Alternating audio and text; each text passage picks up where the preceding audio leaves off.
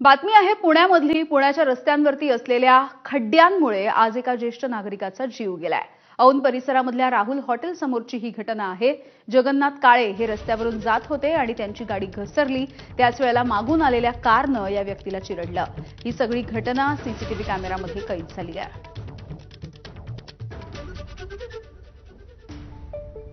एखादी घटना झाल्यानंतर जागे व्हायचं अशी प्रशासनाची सध्याची अवस्था आहे। मग आग लागल्यावर फक्त एक काळजी काही घ्यायची नाही। शहरात रस्त्याची दुरावस्था करून ठेवली, त्याची परिणती नागरिकांचा जीव जाण्यात झालेली आहे की ह्या प्रशासनावरती सदोष मनुष्यवध हा गुन्हा दाखल करण्यात आला पाहिजे। कारण की जोपर्यंत प्रशासनाला एखादा व्यक्तीचा मृत्यू होत नाही तोपर्यंत प्रशासन जागा होत नाही। प्रशासनाला आम्ही काल सांगितलं की तुम्ही प्रत्येक भागामध्ये तुमच्या 8 दिवसानंतर व्हिजिट केली पाहिजे, कुठे काय प्रॉब्लेम आहे अधिकाऱ्यांनी जबाबदारी घेतली पाहिजे आणि या ठिकाणचा सगळ्या नागरिकांची ही म्हणणं की गुन्हा दाखल करण्यात यावा। तर आम्हाला इतकी आता भीती वाटायला लागलेली की या रस्त्यावर जाताना कसं जायचं।